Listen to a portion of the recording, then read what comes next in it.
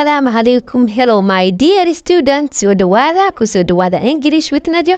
Like iyo subscribe tahay naga ilaawina waxaynu soo baranay what, who, when iyo where. Waxaynu haray why oo ah waayo ama sabab iyo how oo ah sidee. Okay, let's begin our lesson. Waxa ugu horeeya asxaabe why. Why is used for reason for something. Why waxaa loo isticmaalaa reason ama sabab. Okay, tusaale ahaan why are you upset? Maxaad u xanaaqsan tahay? Upset macnaheeda labaad waa angry. Okay, why are you upset? Qof xanaaqsan baad aragsan koraysa. Why are you upset?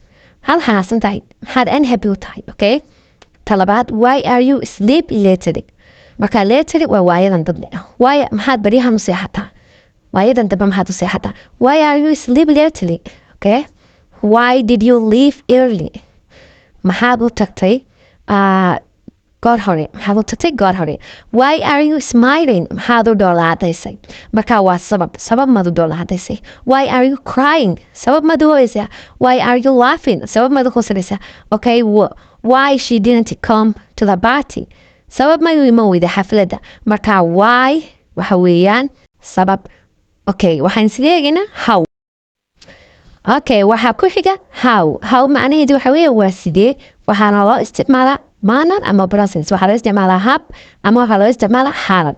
Tusaale ahaan, how do you make it? Sidaad ku samaysay. How do you make a cake? Sidaad cake ku samaysay. Okay, marka waa hab. How do you like living here? Sidaad yani ku jeclaatay inaad halkan ku noolaatid. Sidaad ku jeclaatay inaad halkan ku noolaatid. How do you like living there? يعني sidaad ku jeclaatay inaad halkaa ku noolaatid.